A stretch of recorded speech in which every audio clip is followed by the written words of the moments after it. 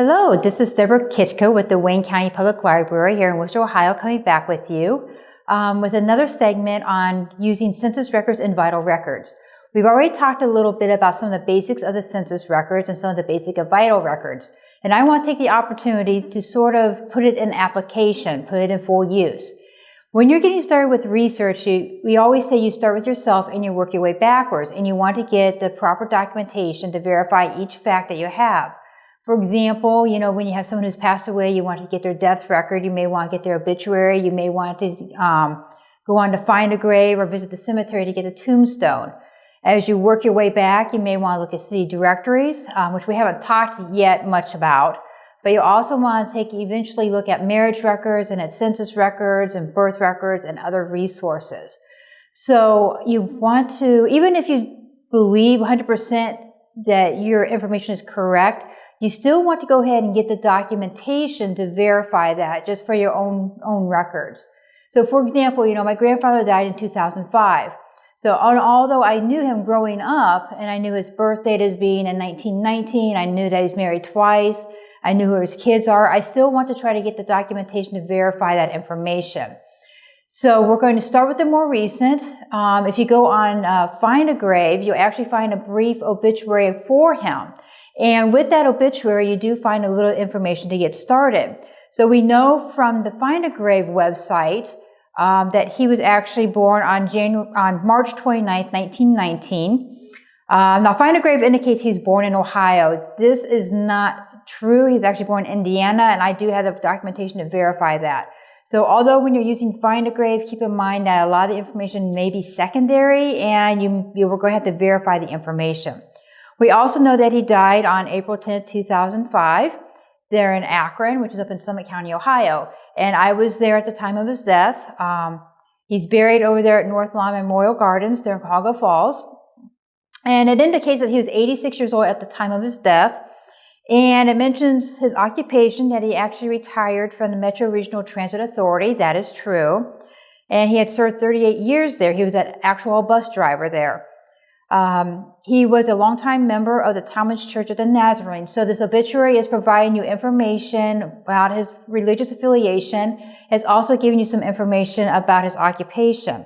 And it indicates that he was preceded in death by his wife of 43 years, Gladys. That's his wife's name. Now, the obituary does not make it clear that Gladys would be his second wife. I actually descend from his first wife, so I still want the information on his second wife, but I want to focus more on the first wife. And this is just giving you an idea that sometimes when you look at the obituaries and look at resources, it can be misleading if you're not doing the other research and verifying the information. It mentions that his parents were Benjamin and Dula Delight Keener. And I knew my great-grandmother growing up, Dula Delight. She was married a second time and actually died underneath the name Doherty. So I'm getting some information from this obituary, but I want to go ahead. We know that he was born in 1919. That means that knowing that the U.S. Census records are available from 1940 backwards, we should be able to find them in not only the 1920 census, the 1930 census, as well as the 1940 census. You also should be able to find his marriage records as well. And the marriage records should hopefully help confirm that his parents are actually Benjamin and Dula Delight. And sure enough, on the second marriage that had occurred in 1953, it does provide that his father's name was Benjamin Keener and his mom's name was Delight Brendel. Now, they're spelling the name Brendel differently on the marriage record. If you're working with records at any time, you have to be careful of those spelling variations. That's quite common. So that's another resource that's going to be independent from the obituary, because I'm going to guess that he is providing the information on his own marriage record. So that is, once again, verifying from the marriage record that he was born on March 29th, 1919, and the marriage record indicates that he was born in Fort Wayne, which is Allen County, Indiana. So there you have a disagreement between the birth information on Find a Grave and the birth information found in the marriage record. And I'm going to be more apt to believe the marriage record because he is going to probably be the one providing that information. And we know that they were married there in Summit County. And once again, it does indicate his parents were Benjamin and Delight, or Dula Delight Brendel. There's, so that'd be the second marriage. I keep going backwards in time, and I find that his first marriage actually occurred up in Colga County, which is the Cleveland area, and that took place on August 1st, 1940. And once again, that marriage record indicates that his father's name is Benjamin and his mother is Delight Brindle. So this is just some documentation. Although I've known this information, I'm providing the documents as part of my family history to verify this information, not only for my generation, but for future generations. As you move back into the he was married in 1940, August 1st, 1940. You have the 1940 U.S. Census in which he's actually living with his siblings and with his mom and with his stepdad. If you're doing the research underneath Ralph Keener, you're going to find that he's living within the household of Delight Doherty and a Joseph Doherty. So once again, you want to pay attention to the details.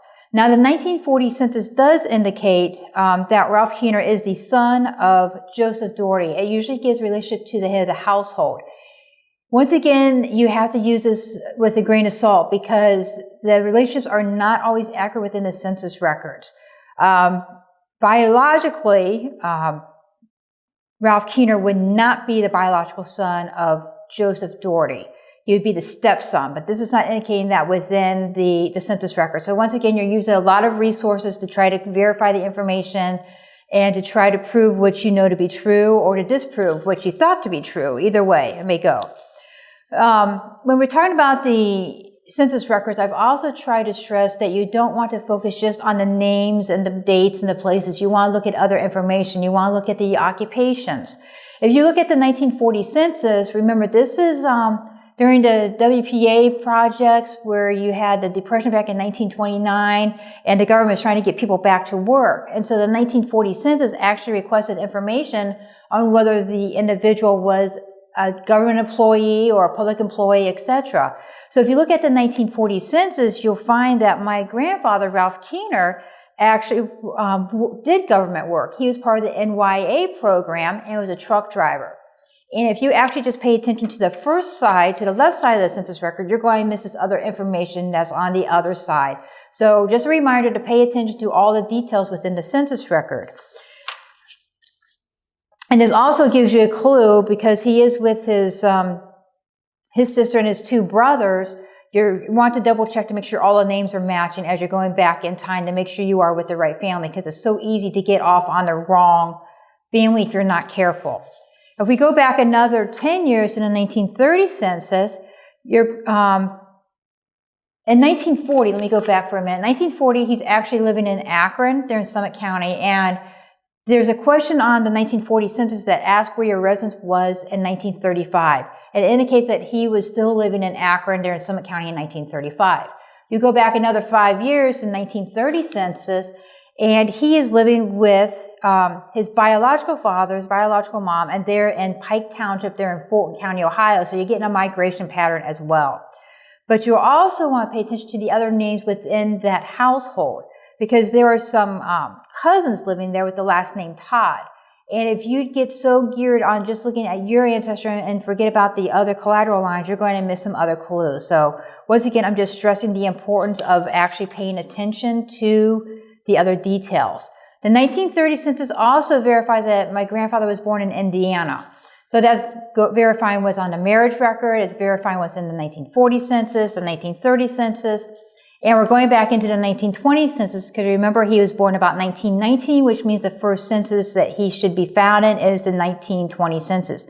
And sure enough, in the 1920 census, he is living with his father, Benjamin, his mom, Dula Delight. There's an Edith Brindle within that household.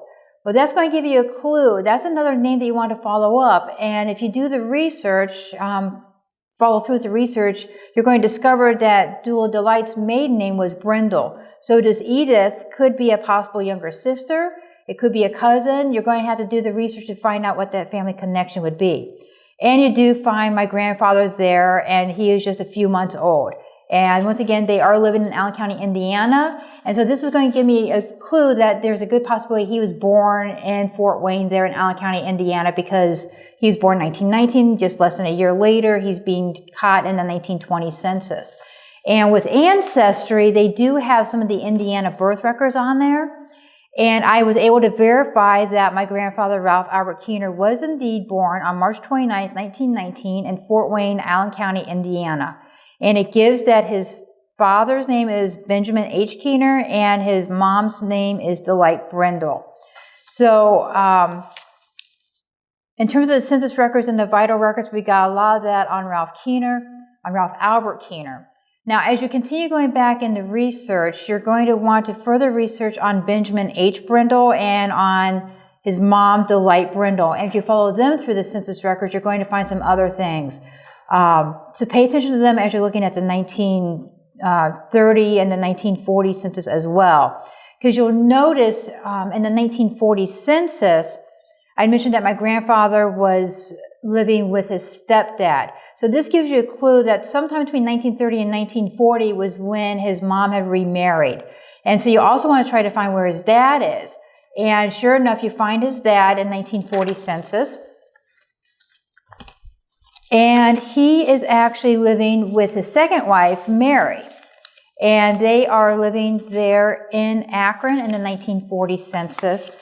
And it shows that Benjamin H. Keener is age 51 and Mary Keener is age 53. And then you just follow the same procedure with them. You try to verify their marriage record, which I was able to find down in Brooke County, West Virginia, which I didn't find I just found the abstract on Ancestry. If you go on Family Search or go to the West Virginia Archives page, you're going to probably find the actual marriage record on them. Then you just kind of trace him back in 1940 and 1930, and he continues back, and apparently he was born about 1888. So you're going to find him in the 1900 census and the 1910 census, probably living with his parents. But that's going to be for another segment. So I'm just sort of breaking this down little by little at this point. So once again, we're talking about, trying to apply what we've talked about previously in the vital records and the census records. And just in summary, you start with the obituaries, you start with the death records, you work your way back systematically, getting the marriage records, trying to verify the information, and then you try to get the birth records, and you go from there. And so, at this point, I'm going to sign off for now, and we will revisit a second segment going back another generation, looking at Benjamin Keener and then his family. And looking at the earlier census records and just trying to get you thinking outside the box a little bit in terms of spellings and how stuff has been inputted into the actual census records. So for now, I'm hoping you have a good day, and I'm hoping you are enjoying this series. I'll talk to you later. Bye.